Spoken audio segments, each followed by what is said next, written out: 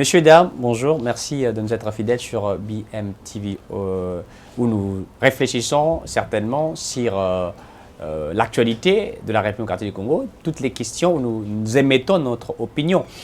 Aujourd'hui, j'aimerais vous parler de quelque chose de très important. Vous savez que le président de la République, Félix Tshisekedi, vient de recevoir la CENCO pour échanger sur la question électorale, sur cette crise qui a existé entre les confessions religieuses. Vous allez vous rappeler que lors du choix porté sur le président de la CENI, il a fallu à deux confessions religieuses, c'est-à-dire l'ECC, l'Église catholique, de pouvoir refuser le choix porté sur les 6 confessions religieuses.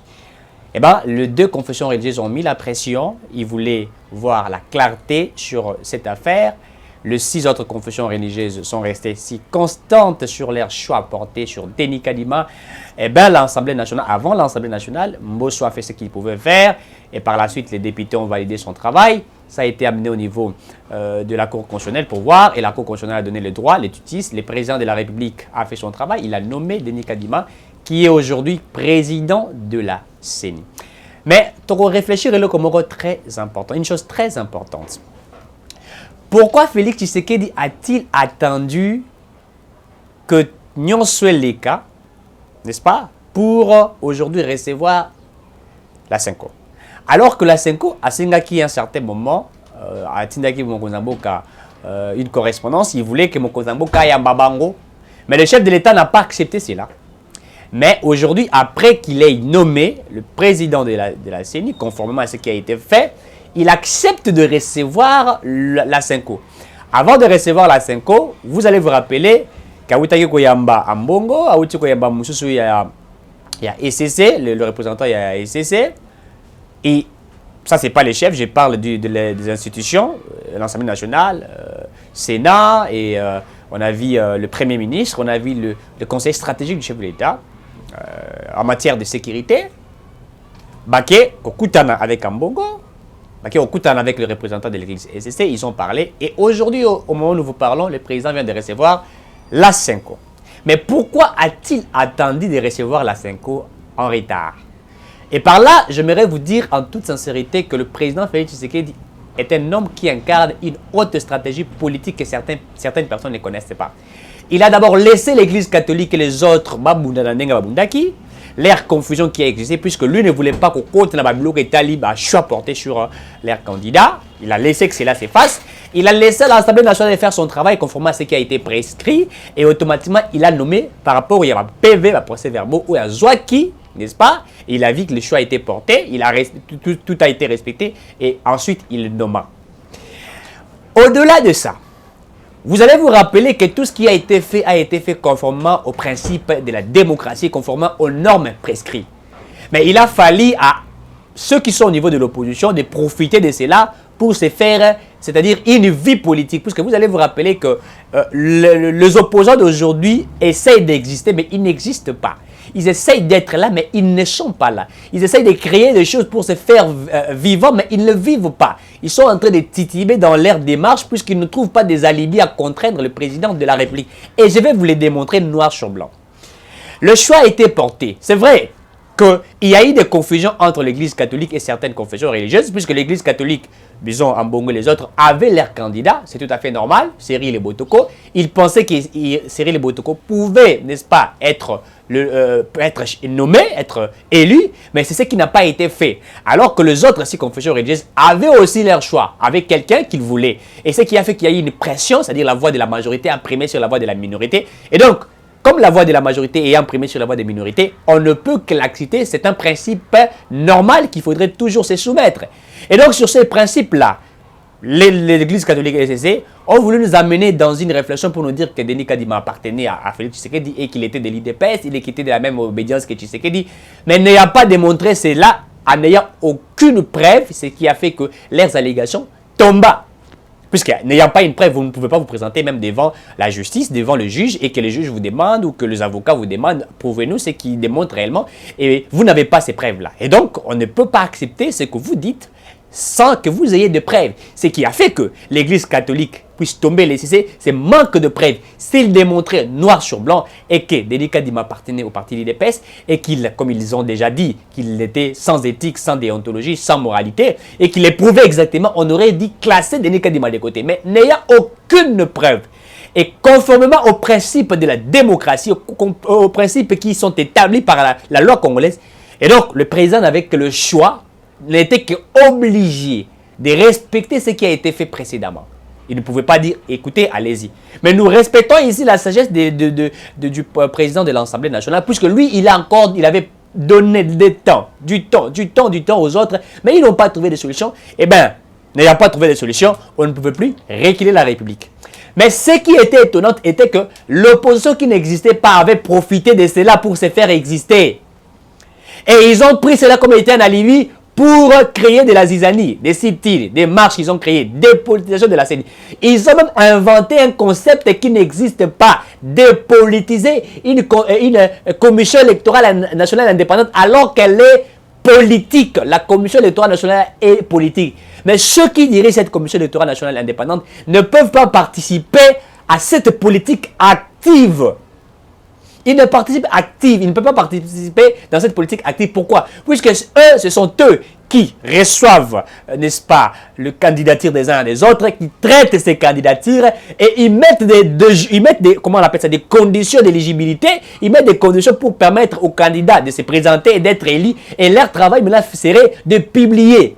Et ceux qui sont comme de personnel au sein de la Commission électorale nationale indépendante, ils ne peuvent pas porter un choix sur XY, ils sont interdits. Et donc, quand on dit qu'il faut dépolitiser la CENI, ça veut dire qu'on veut une chose et son contraire. Ou carrément, on voudrait nous demander à créer une autre commission où on va, je ne sais pas moi, on va mettre des anges pour essayer de trouver une solution là-dessus. Alors que c'est impossible. Comment vous allez demander à ceux qui gèrent les politiciens de ne pas être des politiciens? Ça n'existe pas. Ça ne peut. Et même quand l'Église catholique et les autres disaient de dépolitiser la CENI, même l'Église catholique ou les confessions religieuses sont politiques. Puisque quand oui, confessions religieuses se sont réunies pour trouver un candidat au niveau de la CENI, c'est-à-dire ils traitaient des problèmes politiques et automatiquement ils se font politiques. Quand on a fait appel à eux, c'est-à-dire que quelque part, on a reconnu en eux de la sagesse, n'est-ce pas? N'ayant pas de partis politiques, c'est vrai qu'ils n'ont pas de partis politiques, mais ils ont participé à des choses politiques et ce qui a fait d'eux des politiciens. C'est pourquoi on ne peut pas parler d'une dépolitisation d'une commission électorale nationale indépendante. Quand on dit commission électorale nationale indépendante, l'indépendance ici maintenant fait partie de quoi? C'est-à-dire que les gouvernements, je ne dirais pas le gouvernement, ça veut dire que ceux qui sont dans cette commission électorale nationale indépendante, donc c'est ceux qui traitent de ces questions-là, ne peuvent pas se mettre comme des acteurs politiques, n'est-ce pas? Ils doivent laisser, c'est-à-dire qu'ils doivent gérer en toute indépendance le scrutin, ce qui doit être fait, le résultat qui serait publié. C'est-à-dire que cette indépendance, elle est due par une gestion de ceux qui participent à cela, ils ne sont pas des acteurs actifs dans le jeu qui se joue.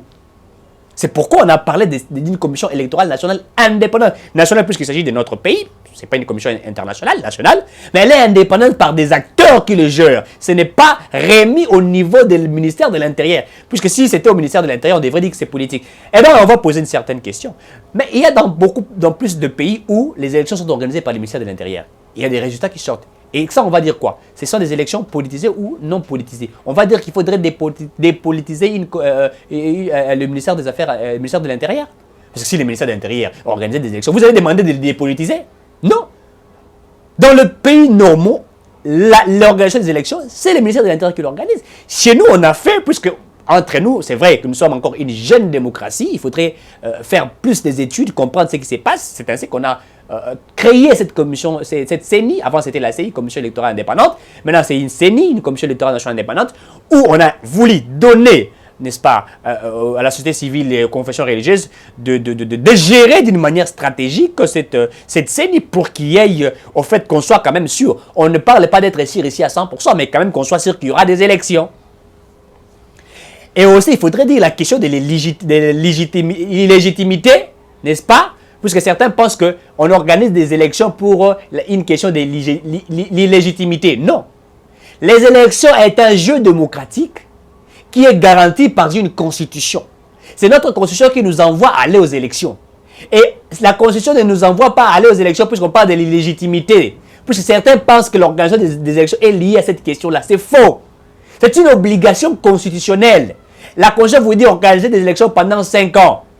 5 ans, chaque 5 ans, il faudrait le faire. Et nous sommes impérativement obligés d'en organiser puisque c'est la constitution qui nous a obligés.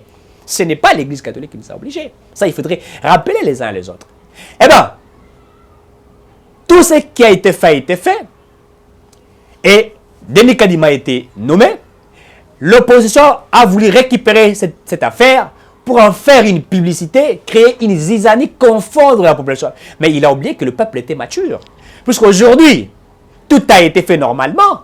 Les 6 confessions religieuses, pour elles, le travail a été déjà abattu. Les 2 autres confessions religieuses ont voulu maintenant nous créer une zizanie pour dire qu'ils avaient la primaire. Ils sont allés chercher des lobbying ailleurs. Aux USA, ils ont marché. Félix Tshisekedi les a observés.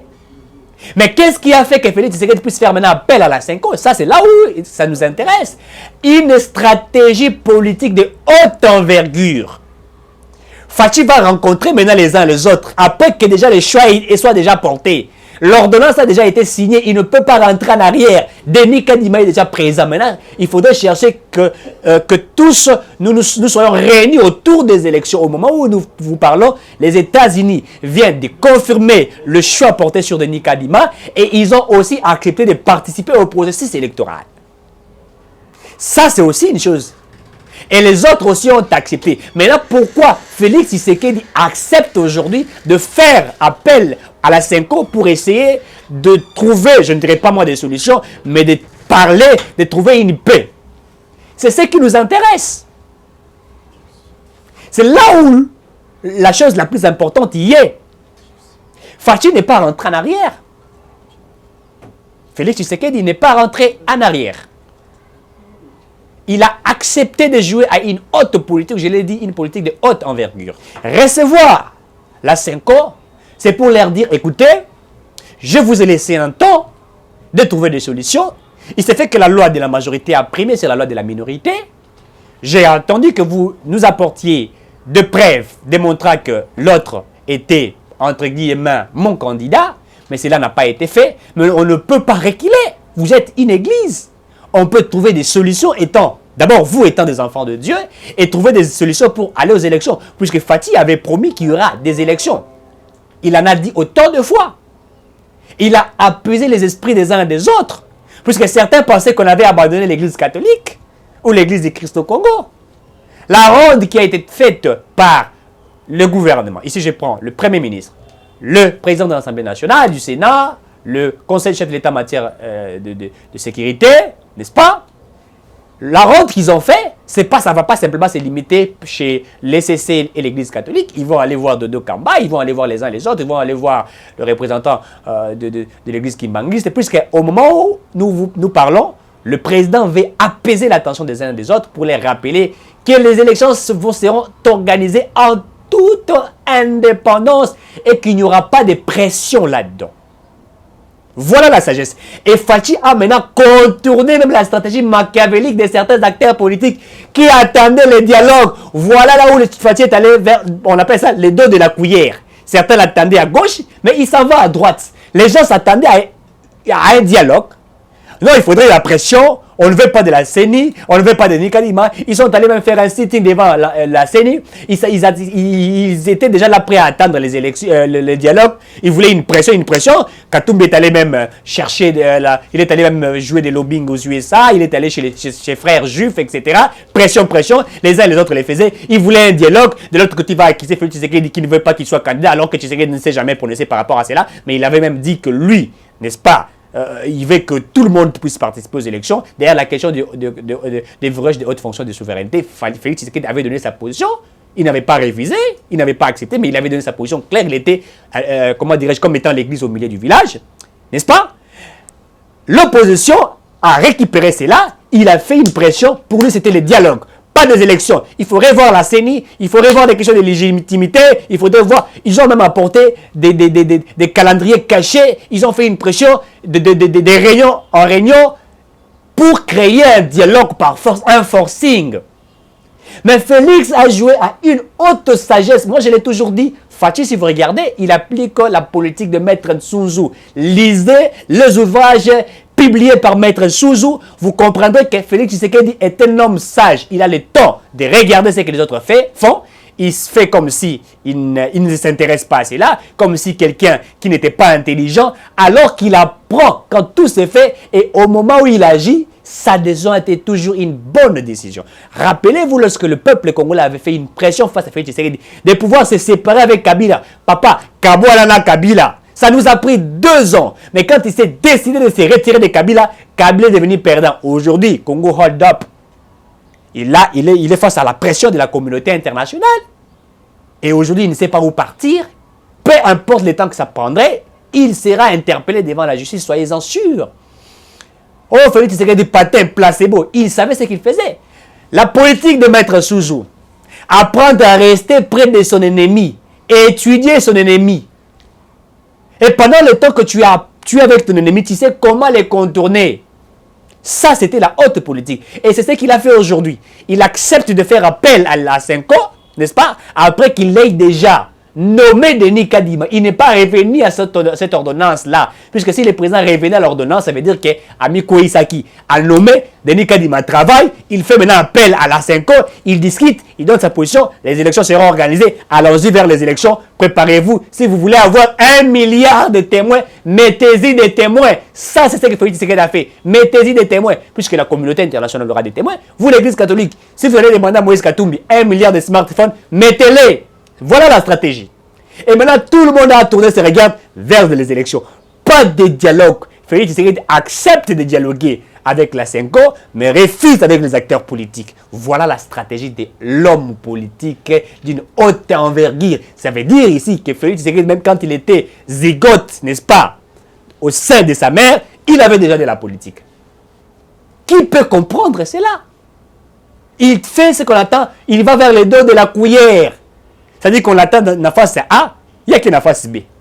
Dites-moi, est-ce que Fachi a-t-il organisé un dialogue pour résoudre cette question de l'organisation des élections? Non.